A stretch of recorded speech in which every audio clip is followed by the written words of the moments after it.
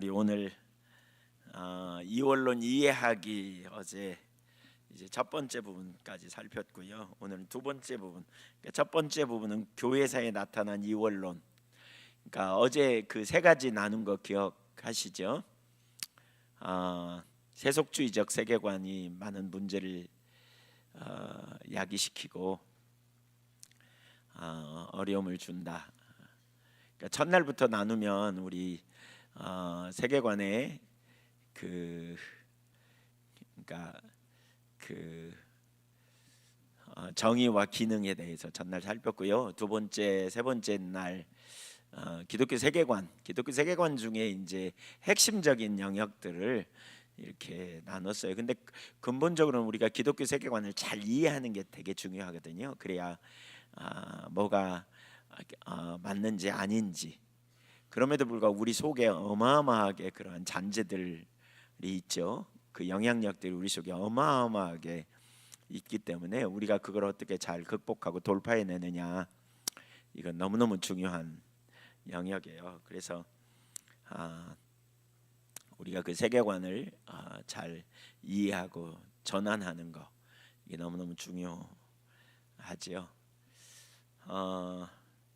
그러면서 이제 오늘 우리 이원론 이해하기, 어제 교회사에 나타난 이원론, 그러니까 어제는 세 가지 살폈죠. 세속주의적 세계관이 어떻게 기독교 세계관에 영향을 미치는지, 그다음에 애니미즘적 세계관이 어떻게 문제를 끼치는지. 그러니까 기독교 세계관이 성경적 세계관이요, 비교해봐도 탁월해요.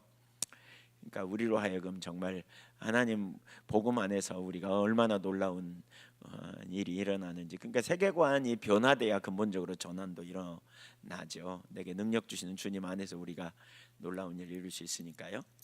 자, 이원론, 이 두 번째, 이원론이 우리 사고방식에 미친 영향이 뭐냐. 이원론은 하나의 세계관이다. 그렇기 때문에 여기에 있다면 변화가 필요하다. 이원론이 하나의 세계관이에요. 이원론은 어떤 사고체계로 우리가 말하기보다는 세계관인 것을 기억해야 돼요. 그래서 1번, 이원론과 거짓된 이분법. 그러니까 이원론적 사고, 인간, 시간, 마음, 공동체, 목적 등 모든 영역을 둘로 나누어 보는 사고방식. 그러니까 순수하게 안 보고 둘로 자꾸 나누어서 보려는 사고방식이 있어요. 예를 들면 영혼과 몸, 영원한 것과 순간, 마음과 생각, 개인과 공동체, 목적과 수단, 이런 거. 그러니까 B번 양자택일의 사고죠. 영적인 것과 세속적인 것.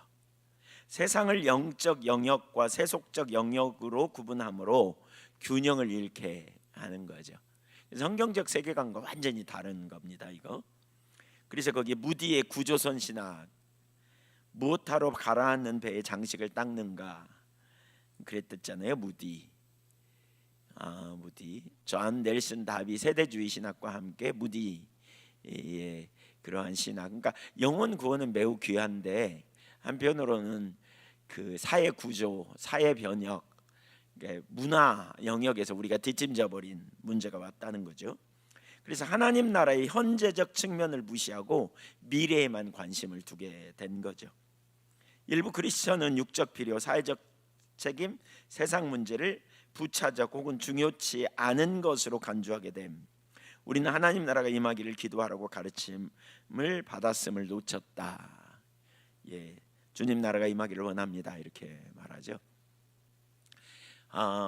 우리가 이 이원론적인 똑같은 건 아닙니다. 그 이원론이 완전히 같지는 않지만 이원론적인 사고의 영향으로 오늘날 가장 극명하게 오늘날 진짜 극단적으로 치우치게 되는 것 중에 하나가 뭐냐면 정치거든요. 정치. 그러니까 흑백 논리, 진영 논리 그러잖아요. 흑백 논리, 진영 논리. 그러니까 이원론은 철학적인 영역이지만 이런 흑백 논리, 진영 논리 이런 부분은 심리학적인 영역이거든요. 정치 같은 경우는 단순화해야 되기 때문에 아군이냐 적군이냐 자꾸 이렇게 몰아가지요. 내 편이 아니면 적 편이다, 이렇게.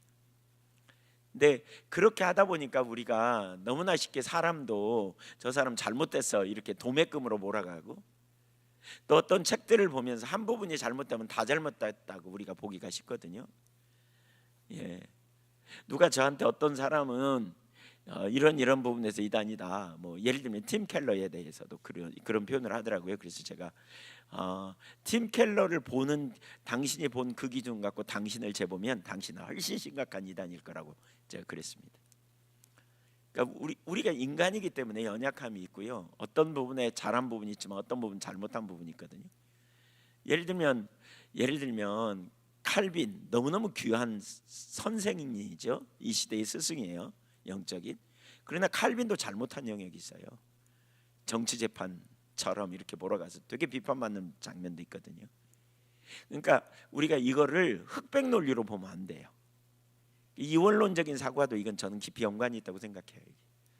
그러니까 그게 똑같지는 않지만 이렇게 보는 거죠. 사람을 양비론으로 보는 거죠. 그러니까 아니, 양비론이 아니라 그 진영 논리로. 그러니까 정치도 진영 논리로 보면 극단에 빠집니다. 근데 그 진영 논리로 몰고 가는 게 누구냐? 유튜버들이 그렇죠. 그래가지고 거기 한번 보면 계속 거기에 그 알고리즘에 의해서 그런 쪽으로 계속 나가거든요. 그러니까 그게 진리인 줄, 그것만이 진리라고 생각해요. 그러니까 우리가 되게 조심해야 돼요. 여러분 진짜 겸손해야 돼요. 우리가 누군가를 바라보는 것도 그렇죠.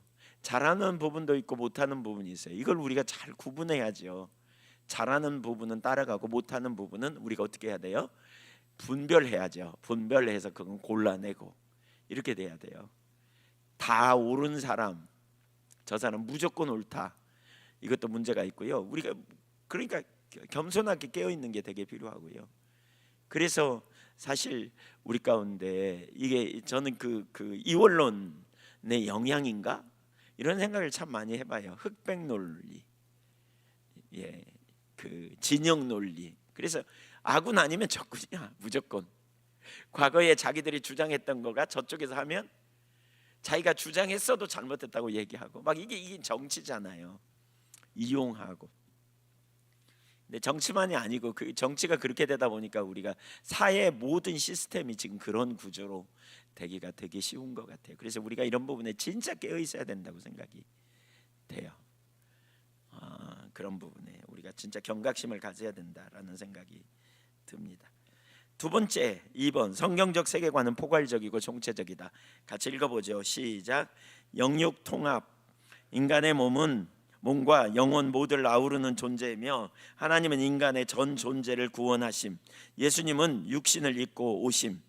네, 그러니까 몸과 영혼 모두를 아우르는 존재. 영은 거룩하고 육은 형편없다, 이렇게 보는 게 이원론이잖아요. 육은 속되다, 이렇게 보는 거. 근데 하나님은 인간의 전 존재를, 전인구원이에요. 전인구원, 그렇죠? 전인구원. 예수님은 육신을 입고 오셨어요. 그러니까 육신은 속되다라고 표현하는 건 잘못된 사고죠. 우리가 이 다음에 부활할 때 몸의 부활이잖아요. 몸의 부활. 그러니까 영육이 통합된 전인 구원이에요. 모든 것이 다 거룩함. 우리가 이걸 기억해야 돼요. 그 다음에 순간과 영혼. 시작. 그러니까 영지주의적 사고를 가지면 영원한 것만 귀하다고 보는 거죠. 현재는요, 죽을 고생하면서 이 땅에서 어떻게든지 벗어버려야 될 육신, 뭐 이런 거죠. 예, 도망가야 될 세상, 뭐 이렇게 생각하는 거죠.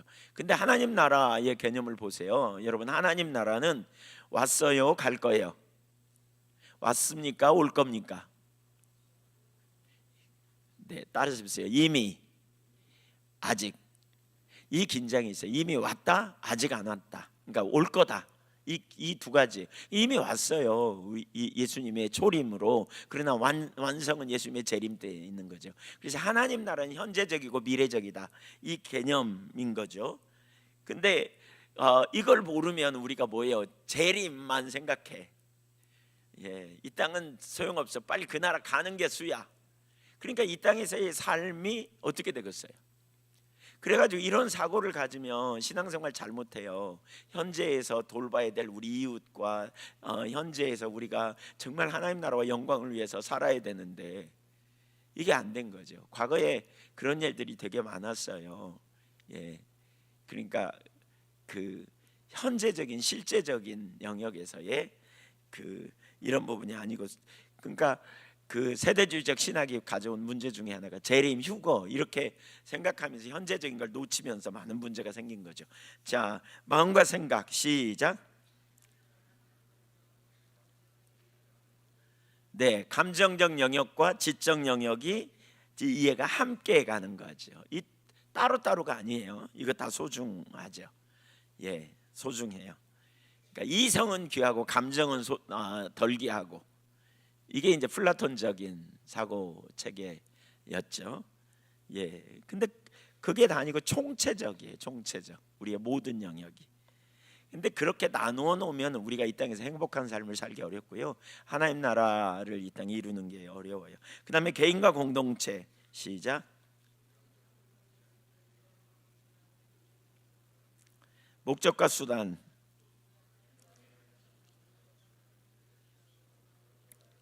올바른 수단을 사용, 필요. 실용주의자들은 목적만 주목하고 수단을 무시하고 주님의 일을 그러나 주님의 일은 주님의 방법으로 해야 된다라는 거죠. 목적과 수단은 분리되지 않는다. 목적도 중요하고 수단도 중요하고.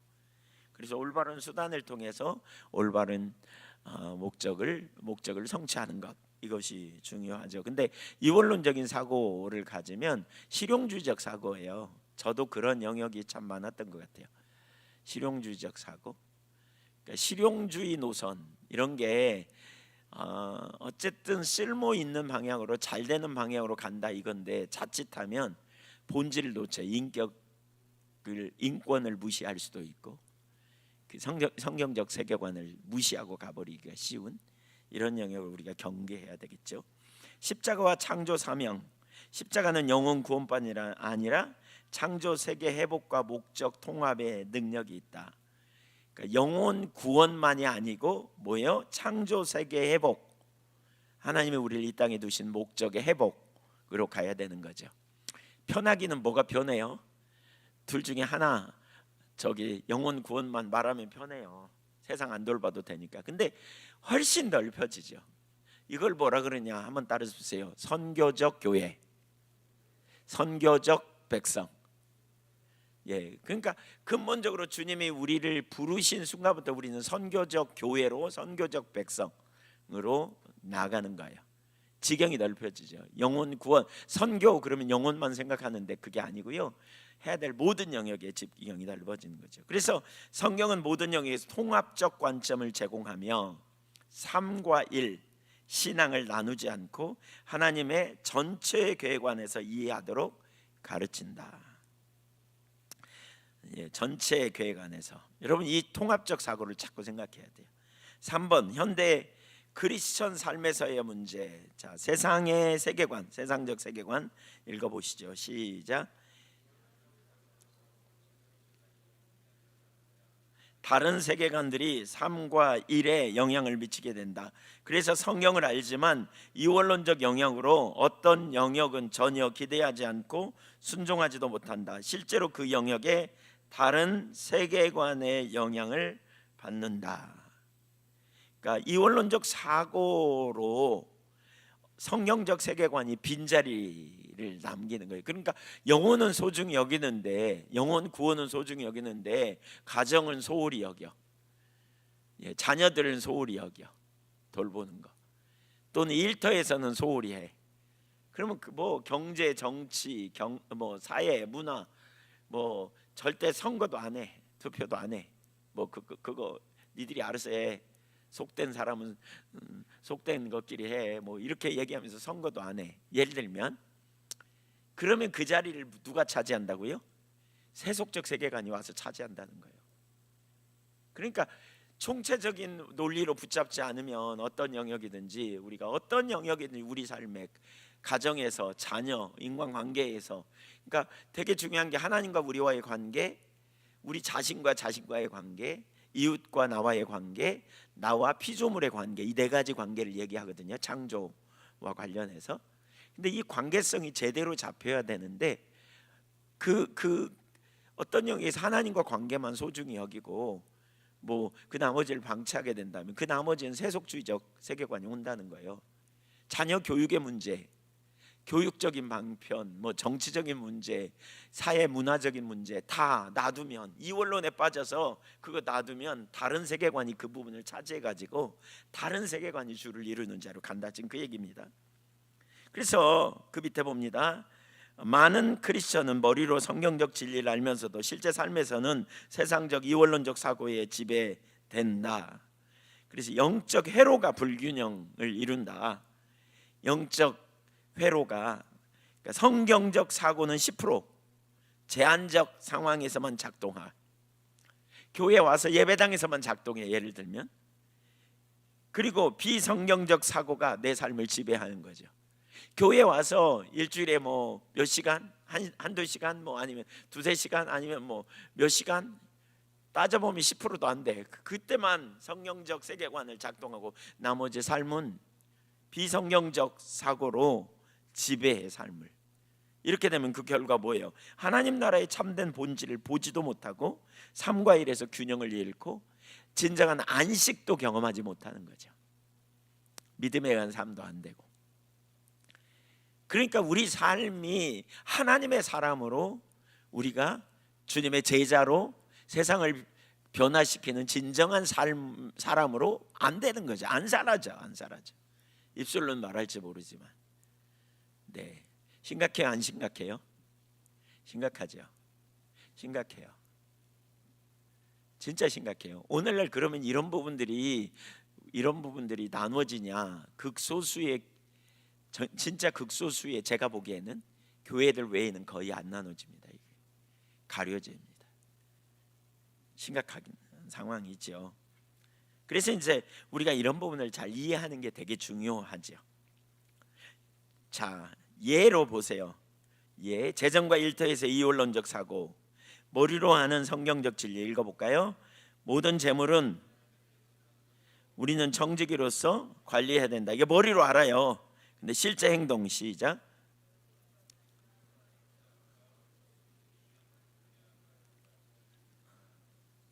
영적 회로의 불균형, 시작. 하나님 나라의 원리, 섬김, 공의, 청지기 정신은 10%만 작동하고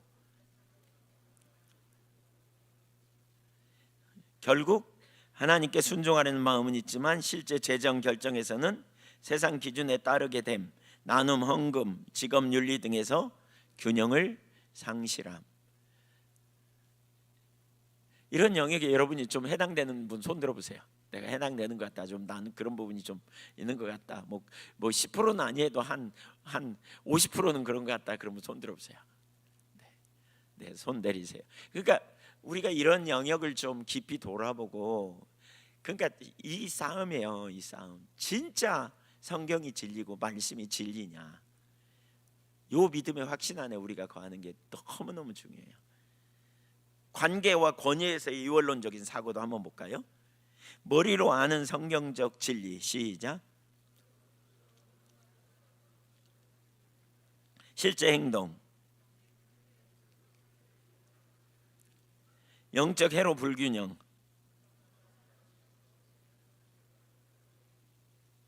결과, 외형적으로는 교회 생활이나 신앙적 언어를 사용하지만 실제 인간관계와 직장 생활에서는 세상의 논리에 따라 행동, 하나님 나라의 사랑과 정의를 실생활에서 경험하지 못함. 그러니까 실생활에는 전혀 경험이 안 되는 거죠. 그러니까 지금 예를 이렇게 자세히 설명하는 이유가 있어요. 우리 자신을 돌아보자는 거죠. 내가 진짜 내가 성경적 세계관에 기초한 성경의 사람인가? 성경을 많이 알고 있다고 이렇게 사라지지 않잖아요. 세계관이 변해야 돼요. 그러니까 이런 문제에 대해서 깊이 실제적인, 실존적인 하나님 앞에서, 제가 고표현했죠. 왜 고표현 어제도 하고 그저께도 하고, 그 뭐예요? 하나님의 말씀이 우리를 하나님 앞에 직면하게 해요. 근데 이 일이 일어나야 인격자이신 하나님 앞에 내가 섰어. 근데 이 말씀 앞에 직면해. 내가 그렇게 지금 못 살고 있어. 이게 직면되어져야 고민이 시작되고, 고민해야 전환이 일어나요.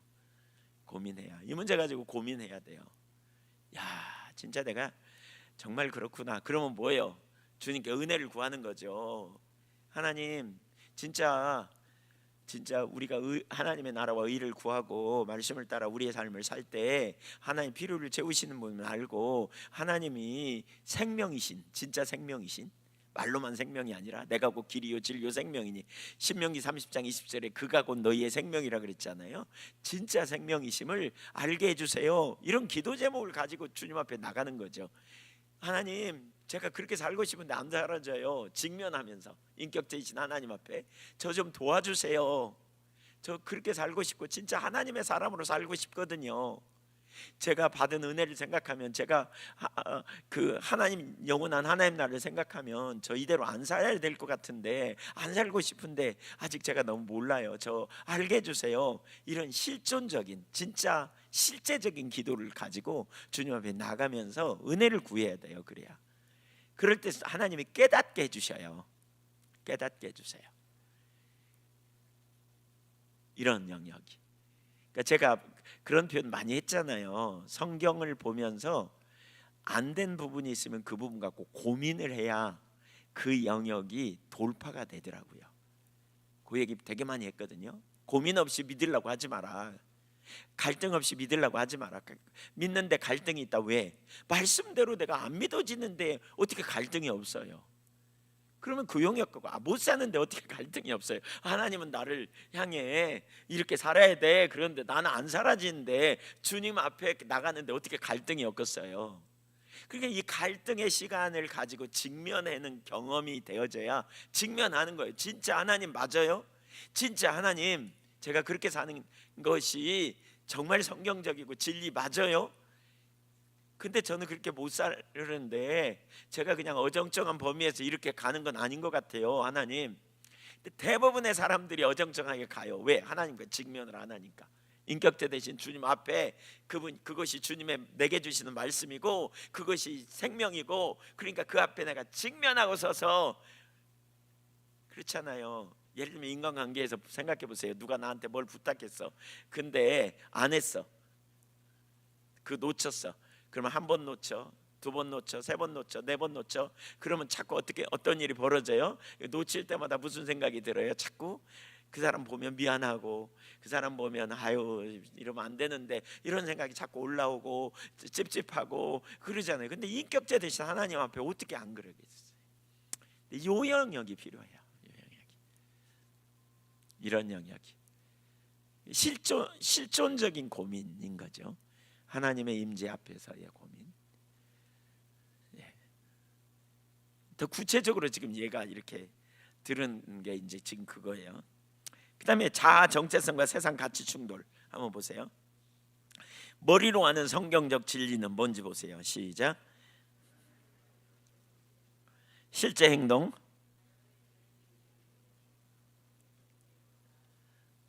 네, 영적 해로 불균형, 결과, 영적 만족과 평안은 제한적이며 항상 불안과 경쟁 속에서 살아가는 거예요. 사람이 나를 어떻게 보지? 뭘 판단하지? 뭘 이야기하지? 믿음이 있다는 건 뭡니까? 여러분, 믿음이 있다는 건 내 계산으로는 저리 가면 고생 엄청 할 수도 있어. 근데 믿음이 있다는 건 주님이 말씀하시면 가는 거예요. 하나님을 신뢰하는 믿음이 있다는 것. 주판을 튀겨보고 앞뒤로 재보고 이렇게 안 한다고요. 단순하게. 그리고 그 끝에 가서 주님이 말씀하신 그대로 역사를 경험하는 것, 이게 우리의 믿음이죠. 이게 성경적 믿음 아니겠어요? 그렇게 못 가면 뭐가 문제인지를 씨름하는 이 태도가 필요한 게, 이게 이제 이원론의 문제로 나타나는 현상이에요. 이원론적 사고는, 근데 문제는 그러면서도 자기는 믿음이 좋다고 생각하기가 쉬운, 이원론적 사고는 삶과 신앙, 일과 사역에서 균형을 깨뜨린다. 계속 읽어보죠. 성경은 인간과 세상, 시간과 영혼을 하나로 보는 총체적 세계관을 제시한다. 신앙인은 삶과 일을 포함한 모든 영역에서 하나님 나라의 관점으로 균형 있게 살아야 한다. 3번, 이제 이원론으로 인한 세상에서의 현실. 하나님은 인간을 하나님의 형상으로 창조하시면서 문화 명령을 주신다. 우리는 세상의 모든 영역에서 하나님 나라의 문화를 세워야 할 사명을 갖는다. 그런데 세상은 성경적 세계관을 받아들이지 않는다. 그러므로 우리가 삶의 현장에서 성경적 세계관을 실현하는 삶을 사는 것이 어려운 현실이다.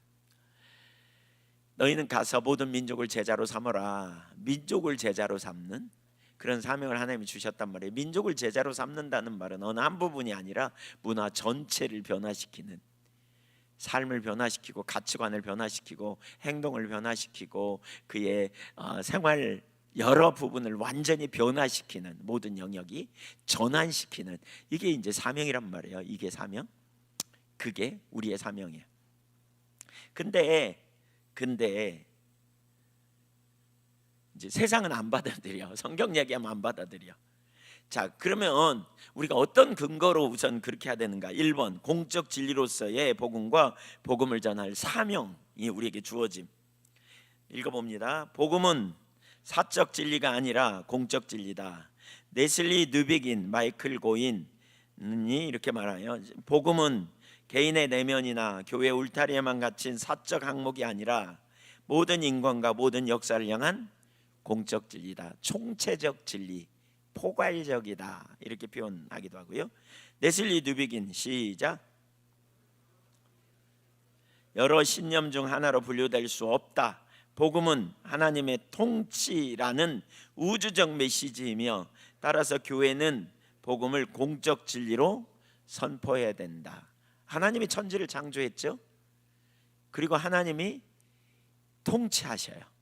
그래서 하나님의 질서 아래 들어가야 생명이 있어요. 모든 분야에서.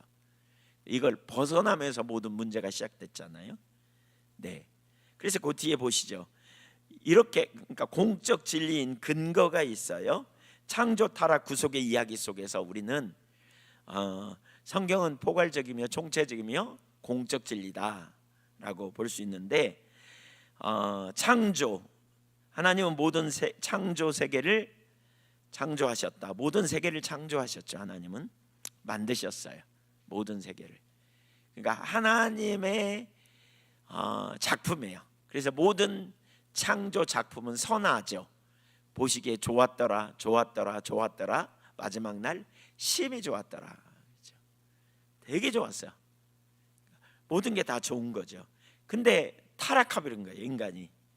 모든 창조 세계가 죄의 영향력 아래 놓이게 되었죠.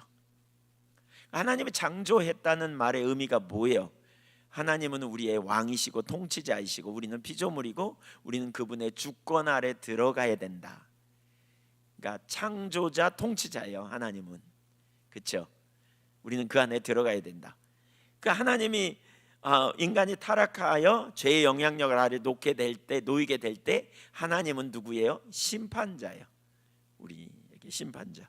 그 다음에 구속. 하나님은 죄로 망가진 세상을 버리지 않으시고 구원하시기로 선택하셔서 당신의 아들 예수 그리스도를 보내셔서 모든 창조 세계를 구속하셨다. 이때 하나님은 누구예요? 구원자 하나님이시죠. 그래서 하나님의 구속은 창조 세계 전체에 샬롬을 회복하는 것이었다. 골로새서 1장 20절에도 나오지만 요한계시록 21장 5절, 내가 만물을 새롭게 하느라. 만물을 새롭게 하는 거예요. 부분적인 부분이 아니에요. 전체를 새롭게 하시는 하나님의 의도예요. 모든 것을 새롭게 하시는 하나님의 의도. 마이클 고인은 이렇게 표현합니다. 읽어보죠. 시작. 예수님의 삶, 죽음, 부활 안에서 우주적 역사의 목적과 의미가 계시되었다. 그러므로 복음은 결코 종교란에 조용히 들어갈 뉴스가 아니라 일면을 장식해야 될 세계 뉴스감이라는 것이다. 그러니까 완전히 놀라운 일이 일어난 거죠. 다시 새 창조의 역사가 시작되는 이런 일들이 일어난 거죠. 우리가 그리스도 안에서 영원한 생명을 얻게 되고 회복되는 놀라운 일이 일어나게 되었다라고 말하는 거예요. B번, 유일하신 하나님으로 인해. 같이 읽어보죠. 시작. 여기서 야훼 하나님이 하늘과 땅의 모든 만물을 창조하시고 통치하시고 구원하시고 심판하시는 유일한 하나님이시다. 모세는 출애굽과 시내산 임재를 말하면서 하나님 외에 다른 신이 없음을 강조한다. 메타내러티브, 그러니까 세계관이죠. 우주 전체의 실제 역사이고 창조, 타락, 구속, 새 창조라는 전체 실제 이야기. 근데 이 이야기의 가장 중심에 하나님이 계시는데 네 가지로 표현하죠. 만물을 창조하시고 만물을 통치하시고 만물을 구원하시고 만물을 심판하시는 유일한 하나님. 유일한 하나님. 그러니까 다른 신이 없다. 하나님은 유일하다. 이렇게 표현하죠. 유일하다. 출애굽 사건에서 신명기 4장 34절, 35절, 37절 두 절 읽어볼까요? 그러니까 모세가 출애굽과 시내산 임재를 말하면서 가나안 땅에 목전에 두고 하나님이 누구인가를 소개하는데, 그래서 하나님을 경외하며 살기를 원하는 거예요. 우리가 믿는 하나님을 제대로 아는 것이 우리 신앙의 능력이거든요. 읽어보죠. 시작. 어떤 신이 와서 시험과 이적과 기사와 전쟁과 강한 손과 편팔과 크게 두려운 일로 한 민족을 다른 민족에서 인도하여 낸 일이 있느냐? 이는 다 너희의 하나님 여호와께서 애굽에서 너희를 위하여 너희의 목전에서 행하신 것이라. 37절. 여호와께서 내 조상들을 사랑하신 거로. 그러니까 어떤 신이 이렇게 했냐? 다 너희 하나님이 한 거다. 하나님만 이렇게 하셨다. 그래서 애굽에서 나오게 하신 분이 하나님이다. 출애굽은 전적으로 하나님의 역사다. 이걸 얘기하죠. 시내산 4장 33절과 36절 시작. 그러니까 다른 사람은 이런 경험이 없어. 근데 여호와께서 너에게 이렇게 하신 거야. 그런 거죠. 임재하셔서 불 가운데 하늘로부터 그의 말씀을 듣게 하셨다. 이렇게 지금 표현하죠. 그 다음에 가나안으로 인도함 4장 38절 시작. 그 목적이 뭐냐? 4장 35절과 39절 읽어보세요. 시작. 그런즉 너는 오늘 위로 하늘에나 아래로 땅에 오직 여호와는 하나님이시요 다른 신이 없는 줄을 알아 명심하고. 그랬죠. 이 목적이 뭐냐면 하나님 한 분밖에 없어. 그 얘기예요. 위로 하늘에 아래로 땅에 오직 여호와는 엘로힘, 유일한 다른 신이 없는 유일한 하나님. 이걸 얘기하죠. 그 말은 무슨 얘기예요? 유일한 통치자, 유일한 창조자, 유일한 구원자, 유일한 심판자. 이걸 얘기하는 거죠. 사무엘상 2장 2절 보시죠. 시작. 그러니까 한나가 아들을 낳은 후에 하나님의 은혜에 감사하며 드린 기도예요. 그러니까 영적으로 매우 타락한 시대, 그 당시에 엘리 제사장 시대 영적으로 매우 타락했잖아요. 근데 한나가 이런 고백을 한 건 대단해요. 그는 뭘 고백했냐면 하나님을 생사의 주권자와 통치자로 받아들이는, 그러면서 그의 삶의 공적 진리로 선포해요. 그는 사람들에게. 2장 3절부터 거기 읽어봅니다. 제가 3절 같이 읽죠. 심히 교만한 말을 다시 하지 말 것이며 오만한 말을 너희의 입에서 내지 말지어다. 여호와는 지식의 하나님이시니라. 행동을 달아보시느니라. 여호와는 죽이기도 하시고 살리기도 하시며 수월에 내리기도 하시고 거기에서 올리기도 하시는도다. 여호와는 가난하게도 하시고 부하게도 하시고 낮추기도 하시고 높이기도 하시는도다. 가난한 자를 진토에서 일으키시며 빈궁한 자를 거름 무더기에서 올리사 귀족들과 함께 앉게 하시며 영광의 자리를 차지하게 하시는도다. 땅의 기둥들은 여호와의 것이라. 여호와께서 세계를 그것들 위에 세우셨도다. 기가 막힌 고백을 하는 거죠. 지금 하나님 유일한 통치자다. 그러면서 그가 그의 거룩한 자들의 발을 지키실 것이요 악인들을 흑암 중에서 잠잠하게 하시리니 힘으로는 이길 사람이 없음이로다. 10절 시작. 여기 보세요. 창조주, 통치자, 심판자, 구원자, 이런 표현.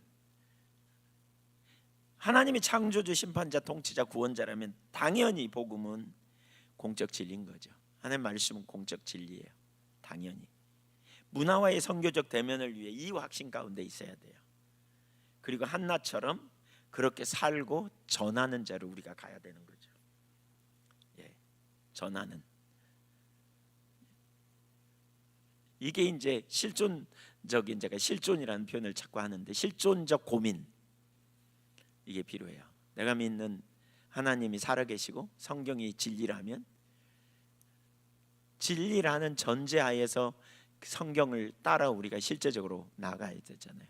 근데 이전에 그렇게 안 살았기 때문에 너무나 많은 곳곳에 숨어 있는, 이번에 그런 경험, 그런 거 많이 보이셨어요? 좀 내가 좀 아직 세계관의 변화가 많이 필요하구나, 이런 거 좀 발견하셨어요?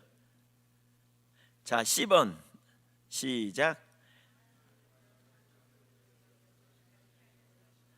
네, 하나님은 자신을 드러내기를, 알리시기를 원하시거든요. 너무나 놀랍게도. 그래서 그 하나님은 반드시 그 창조자, 그들의 통치자, 심판자, 구원자가, 그러니까 세상은 알아야 한다. 하나님을 알아야 하나님의 통치 가운데 들어갈 것이기 때문이고 거기서 놀라운 승리를 얻을 것이기 때문이다. 톰 나이트 읽어보시죠. 톰 나이트 시작. 예, 하나님 아는 것이 인간의 모든 안녕과 유익의 원천이다라고 톰 나이트는 그렇게 표현해요. 뭐 틀린 말 아니죠. 너무너무 중요한 말이죠. 신명기 4장 39절 40절을 그래서 이렇게 읽어보시죠. 이제 결국 이 말 하기를 원했거든요. 신명기 4장 39절 40절. 네, 너와 내 후손이 복을 받을 것이다. 여호와는, 그러니까 위로 하늘에나 아래로 땅에 오직 여호와는 하나님이요 다른 신이 없는 줄 명심하고 명령과 규례와 법도를 따라 행하라. 그러니까 하나님 따라 행하는 거예요. 이게 보여야 돼요. 이게 유일하신 하나님, 전능하신 주, 나를 지으시고 나를 구원하시고 나를 자녀 삼으신 하나님, 이게 보여야 돼요. 이거 다 안다고 생각하지만 사실 이게 선명히 보이면요, 우리는 하나님께 반응하는데 어렵지 않아요. 문제는 우리가 하나님을 몰라서 그러는 거예요. 하나님 몰라서 그래요. 보세요. 일이 가면 엄청 힘들고 어려운 건 예상되지만 곳곳에 가면 진짜 보물이 있다면 안 가요? 가요, 안 가요? 에이, 가시도 찔리고 에이, 나 그냥 안 먹고 말어, 그런가요? 예, 가치가 없는 쬐그마한 보물이면 몰라도 어마어마한 보물이 있다면 가요, 안 가요? 안 가면 바보죠. 문제는 값진 진주와 보화 되신 주님을 하나님 나라는 이와 같다는데 이걸 발견하느냐 못하느냐의 차이죠. 이걸 아느냐 못하느냐의 차이예요. 그러니까 우리가 계속 이제 그 씨름이 필요한 거죠.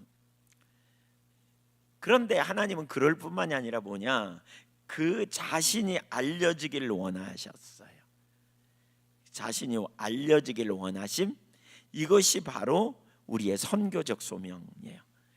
그러니까 모든 사람들이 공적 진리로서 복음 안에서 승리를 누리도록 나누는 거예요.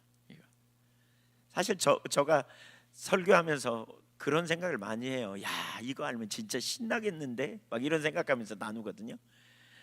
근데 많은 경우에 근데 별로 잘 뭐 맨날 아는 건데 뭐 이런 때가 많이 있어서 하여튼 제게 은혜가 많이 필요한데, 예, 그 밑에 읽어보죠. 하나님은 세상을 향한 사랑의 선교로 인해 교회를 보내셨다. 열방을 복주시기로 확고히 결심하셔서, 이게 우리의 선교적 사명이에요. 각 영역에서 하나님 나라의 성품을 우리가 가 있는 곳에서 드러내고, 하나님 나라의 능력을 드러내고, 하나님 나라의 신실함을 드러내고. 그래서 지난번에 그 얘기 했잖아요. 하나님과 동행학교, 우리 성령, 그러니까 동행학교 나눌 때 그 얘기 나눈 거 기억하신가요?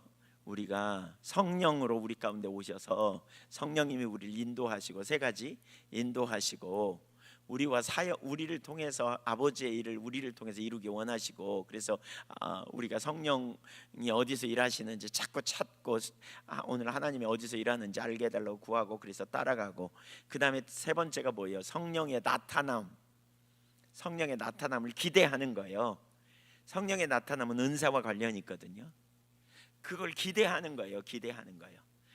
소유의 개념보다는 나타남이라고 표현하고 있어요. 그때그때 나타나는 거예요. 원래 가지고 있는 게 아니고 그때그때 나타나는 거예요. 그러니까 나는 없지만 기대하는 거예요. 주님이 혹시 능력 주실까? 주님이 혹시 그 왜 바울에게 그 악하고 괴계가 가득한 자의 의의 원수여 하나님의 일을 대적하는 자여 얼마 동안 해를 보지 못하리라 그랬더니 진짜 그대로 되어버린 이런 은사가 내게 나타나는, 병을 고치는 은사, 또 지식의 은사, 지혜의 은사, 이런 은사들이 나타나기를 기대하면서 우리가 나가는 거죠. 우리의 자원이 아니고 하나님 자원. 그래서 주님의 그게 나타날 때 하나님이 드러나는 거죠. 왜 베드로가 그러잖아요. 성전 비문에 앉은 병이 고치니까 수없이 많은 사람이 베드로를 주목했더니 베드로가 뭐라고 해요? 왜 우리를 주목하냐? 너희가 십자가에 못 박으신 그 이름 예수, 그분이 살리셨다. 그 이름으로 낫게 되었다. 이렇게 말하면서 주님을 높이는 시, 이러한 영역이 우리가 해야 될 사명인 거죠. 이렇게 해야 될 사명. 그러니까 세상은 하나님을 몰라요.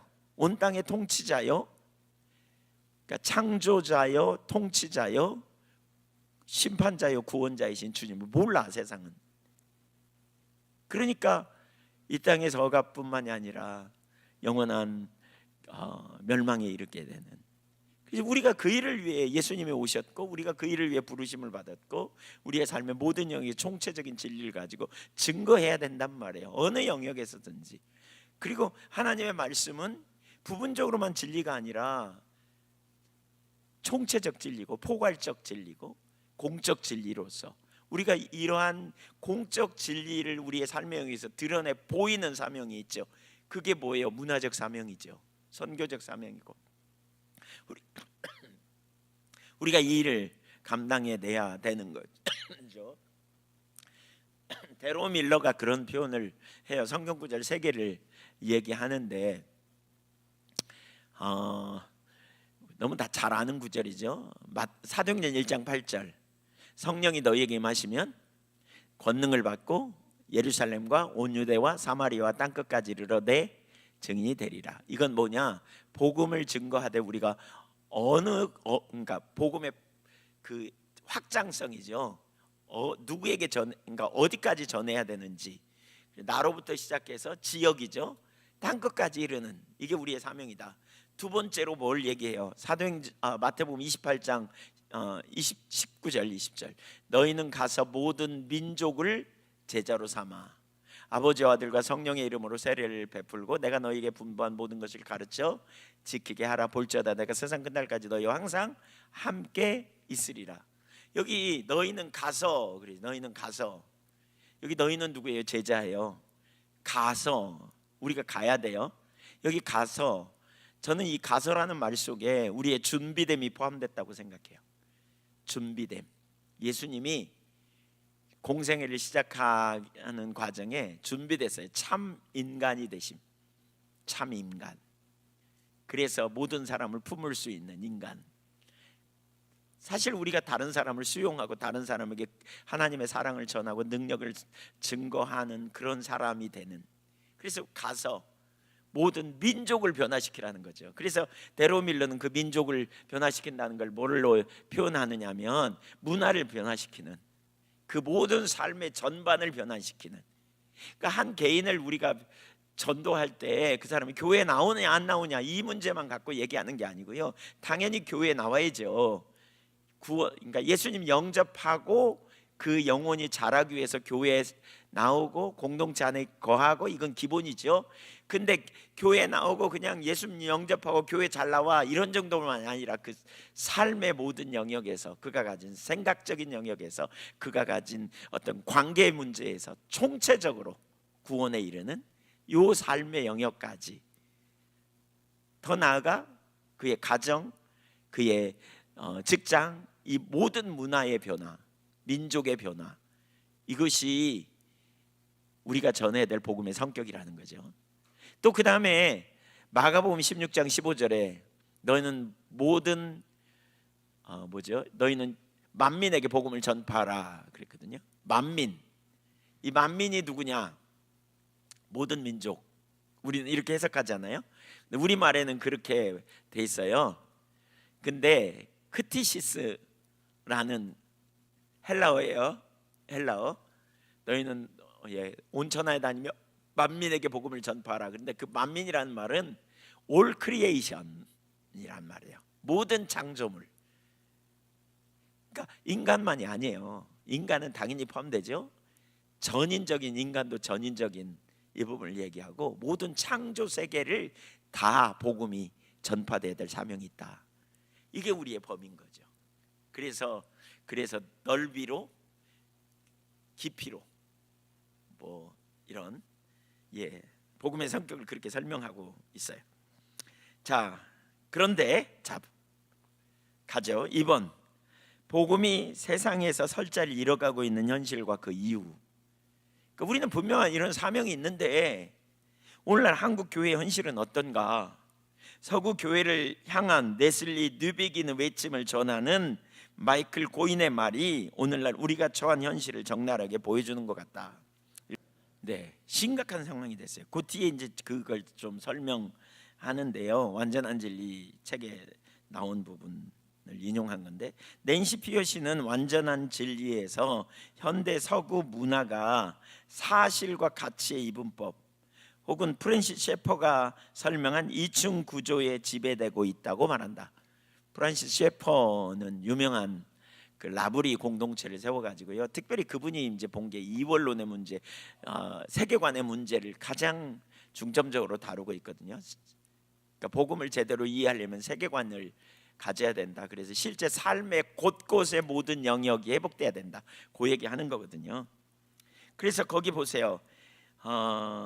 그러니까 사실의 영역과 가치의 영역으로 나눴어요. 그러니까 사실의 영역은 모두에게 구속력이 있는 거죠. 모두에게. 그렇죠? 가치는요, 개인적 선택이라는 거예요. 모두에게 가치 있는 게 아니야. 나에게 가치 있어. 예를 들면 내가 내 아이하고 시간을 보내는 거, 이거 개인적 가치예요. 그렇죠? 그렇죠? 학교에 선생님이 가르치는 거, 이건 모두에게 중요한 일이죠. 그렇죠? 그러니까 사실이 있고 가치의 영역으로 나눠진다. 근데 이걸 어떻게 바꿨느냐? 현대 사회에는 두 층으로 나눠졌다는 거예요. 첫 번째는 공적 영역으로 하층인데요. 읽어볼까요? 그러니까 논리적이고 과학적인 지식이라고 여겨지는, 소위 이것은 사회에 일반적으로 통하는, 이건 진리야, 이렇게 생각하는 공적 영역으로 생각하는 거죠. 공적 영역. 그래서 이걸 과학적 지식으로 보는 이제 그런 경향을 얘기해요. 그래서 정치, 경제, 교육, 사회, 의료 모든 분야에, 그래서 모든 인간은 이것을 사회적 통념으로 받아들이는 뭐 이런 식의 영역이죠. 그건 진리다 이렇게 보는 거예요. 이건 이제 두 번째 사적 영역, 상층. 문제는 이거예요. 그러니까 그건 너의 취향이고 이렇게 말하는 거예요. 이제 신앙이 사적 영역으로, 기독교를 사적 영역으로 밀어내 버렸어요. 공적 영역에서 인정을 안 해줘, 받아주지를 않아요. 밀어내 버린 거예요. 사적 영역으로.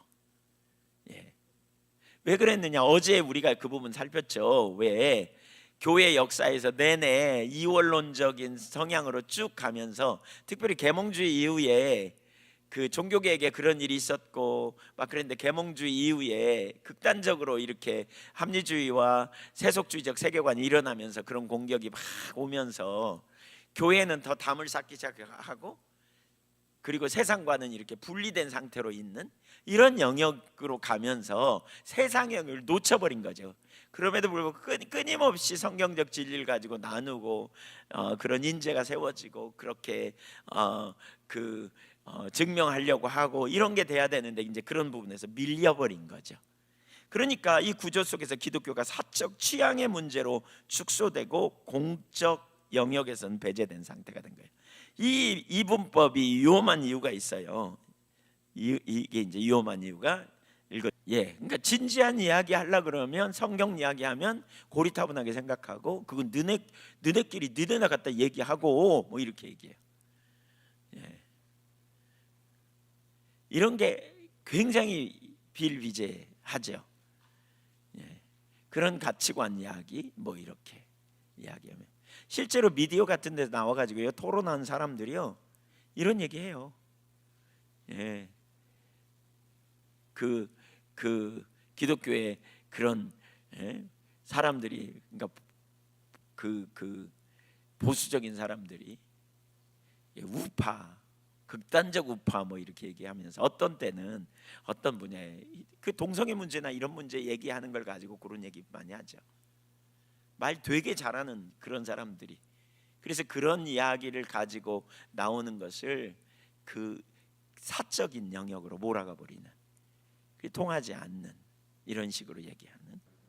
네, 그러니까 진화론의 허구가 되게 많은데 사실은 허점이 되게 많은데 그걸 믿는다고 이렇게 주장하고 나가는 거죠.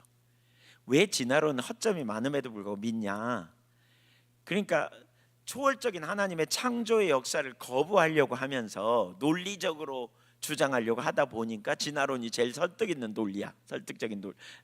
설득력 있는 논란이야. 논리죠, 말하자면. 그러니까 성경보다 훨씬 설득력 있는 논리를 추구하는 거죠. 허점이 되게 많음에도 불구하고. 그러니까 누군가 절대자가 하나님이 인간을 창조했다는 건 그들의 사고 속에서 받아들이지 않으려는 그런 시도로 인하여서 가설을 전제하는 거죠. 수많은 가설이 있죠. 수많은 가설. 여러분 과학이 그래서 계속 변화되는 거 아세요? 과학은요 지난번에 누구도 그 얘기 하던데 저기 송다니엘 선교사님 그분도 그런 표현을 하던데 과학은 사람들이 믿고 있을 때만 새로운 가설이 안 나올 때까지만 진리를 하는 거예요. 새로운 학설이 나오면 옛날 그거는 진리가 아니에요. 예를 들어 볼까요?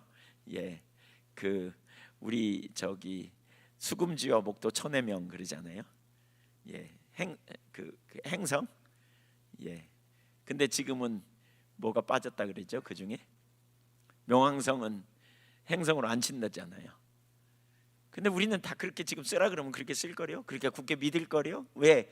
학교에서 배웠으니까 그게 공적 진리로 여기는.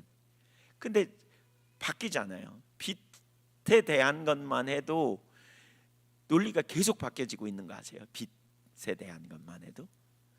그러니까 과거에 이해했던 빛과 시간이 지나면서 빛을 연구했더니 점점 다른 형태로 이렇게 그거 설명하는 형태가 바뀌어지잖아요.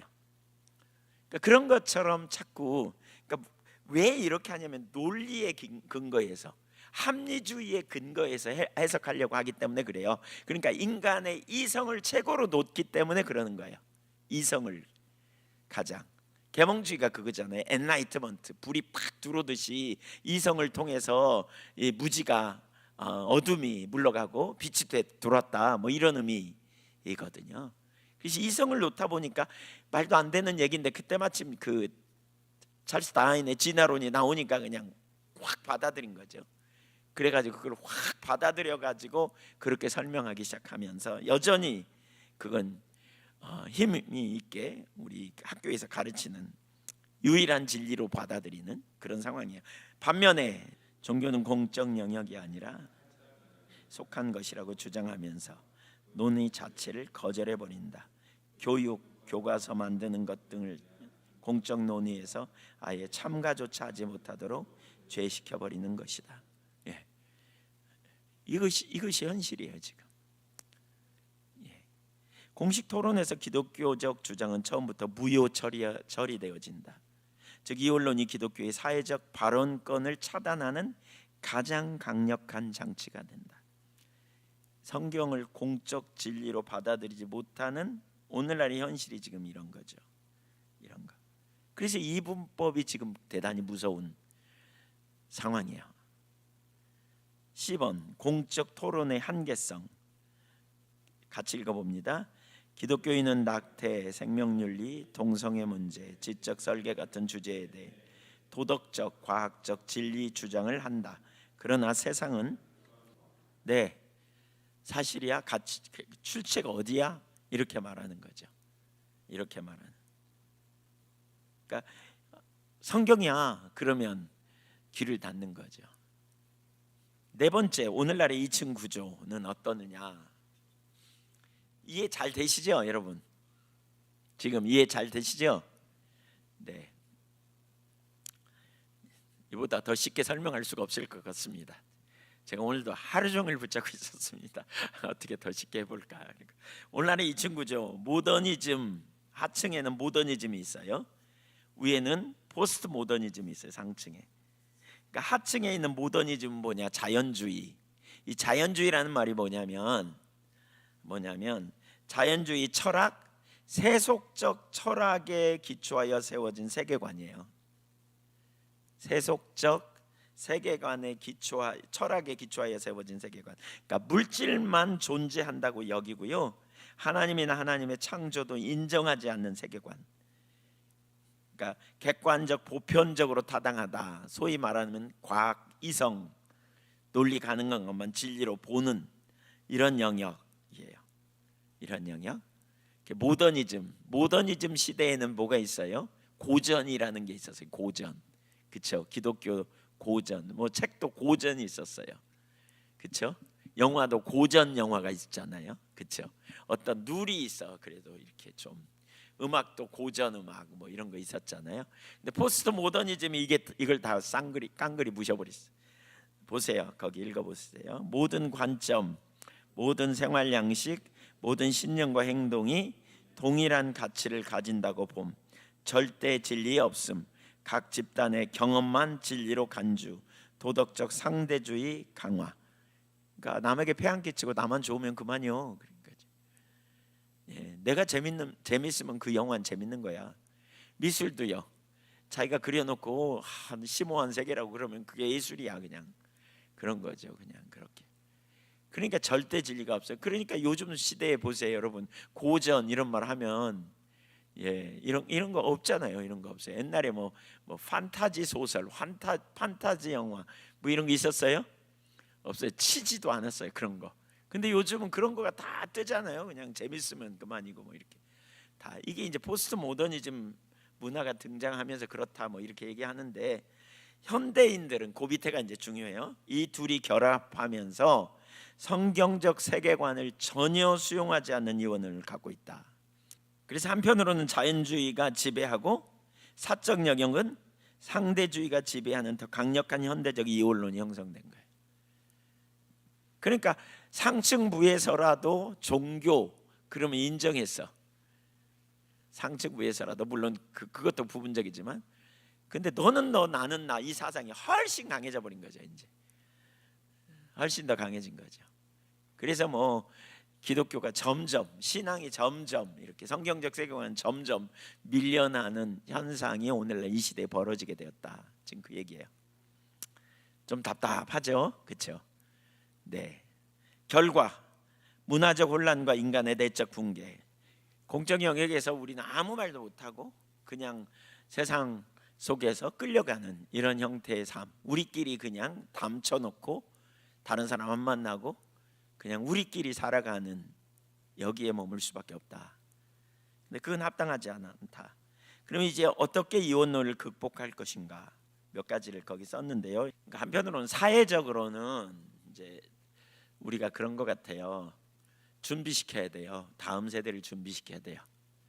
그러니까 우리가 진짜 다음 세대를 잘 세워가는 일을 해야 돼요. 아이들을 그 어렸을 때부터 세계관 교육 그 누구죠? 영적 챔피언으로 키워라. 자녀를 영적 챔피언으로 키우라. 누구죠? 이름이 잘 생각이 안 나요. 그분이 어려서부터 세계관 아이들에게 세계관 교육을 시켜야 된다 그러면서 7가지를 얘기하거든요. 7가지를. 근데 이제 성경적 세계관이에요. 그야말로 성경적 세계관을 어렸을 때부터 무장시켜 키워야 한다는 거예요. 그걸 무장시켜 키울 때 아이들이 온전케 될 수 있는 이런 영역을 다루고 있고요.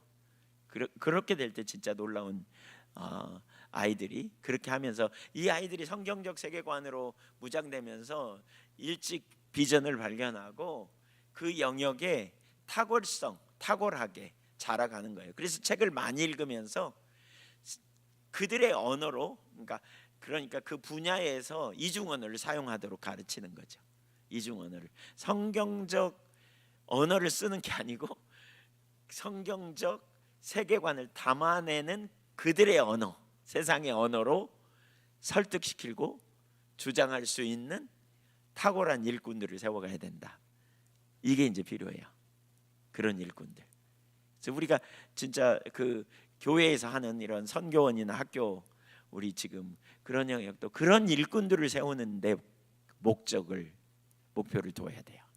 그런 영역들, 다양한 방면에 다양한 지식을 갖되 성경적 세계관을, 우리 그래서 성경적 세계관 되게 중요시 여기거든요. 성경적 세계관, 어쩌다가 제가 성경적 세계관을 애들한테 가르치기 시작해갖고 지금 오늘 여기까지 왔는데, 저는 하나님의 큰 은혜 같아요. 지내놓고 보면 제가 그 주어진 환경을 돌파하려고 하다 보니까 제가 많이 이렇게 배우게 되는 건데, 학교가 세워져서 성경적 세계관을 어쩔 수 없이 공부하게 되면서 이렇게 오지 않았나 이렇게 생각이 돼요. 자기가 개척하고 개발하고 나가는 타입의 사람이 있잖아요. 근데 주어진 환경에 순응하면서 그러나 그 환경에서 돌파해내는 사람이 있어요. 근데 저는 이 부류에 가깝거든요. 주어진 환경에 되어지면 그래서 미리미리 준비하고 이런 타입이 아니라 어떤 문제가 생기거나 어떤 일이 생기면 주어진 환경에 그걸 어떻게 돌파해낼까, 제가 좀 그런 타입 같아요. 그래서 웃자고 한 얘기인데 분위기 너무 진지하네. 좀 진지해가지고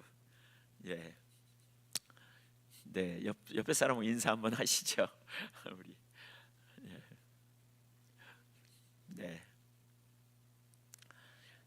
잘 이해가 되세요? 지금까지 이제 어려운 부분이 있는데 이제 좀 쉬워요. 이제 조금 어려운 영역인데 이제 쉬워요. 이원론을 극복하기 위한 중요한 영역들, 이제 이런 영역들 우리가 좀 고민해야 될 영역이 아닐까 싶은데요. 그런 부분 우리가 다 찾아내면 좋겠다 싶습니다. 자, 10번 이원론 극복하기, 구조와 방향. 그러니까 이분법을 타협하면서 우리가 수용하는 게 지금 문제거든요. 실제로 이런 고민 없이 하는 거예요. 그냥 교회 안에서는 헌금도 하고, 아닌가 예배도 드리고 헌신도 하고 뭐 하나님 나라 위해서 신앙 고백도 하고, 그런데 나가기만 하면 신앙과 별로 상관없이 이렇게 가는 거죠. 신앙과 상관없이 완전한 진리, 거기 책 보면 그런 얘기가 되게 많이 나오거든요. 어떤 과학 교수가 이렇게 가르쳐요. 그러니까 어떤 기독교인이 질문해요. 신입생이. 그랬더니 나도 기독교인인데 그건 교회 안에서 하고, 교회 안에서 그거 하고, 여기서는 이렇게 따라와. 그러면서 가르치는 거죠. 말도 못하게 깡먹었고, 그게 가르치는 거예요. 교회 안에서는 매우 신앙이 좋은 것 같지만 밖에 나가면 술도 먹고 뭐 적당히 타협하면서 사업하고 이렇게 가는 거죠. 이원론으로 그냥 나눠진 이런 영역이 실전적인 정말 고민이 필요한 거죠. 제가 이건 진짜 어떤 분이 오래전에 산부인과 의사가요, 오래전에 제가 하는 설교를 듣고 자기는 그렇게 했대요. 낙태도 하고 했대요. 근데 설교를 듣고요, 어마어마하게 고민하다가 결국 병원 접었어요. 그렇게 알려진 병원이었대요. 근데 그런 환자들이 많이 오니까 결국 병원 접었어요. 그리고 나중에 다시 하겠다고. 그러니까 그 전까지는 별로 그런데 고민도 안 했다는 거예요.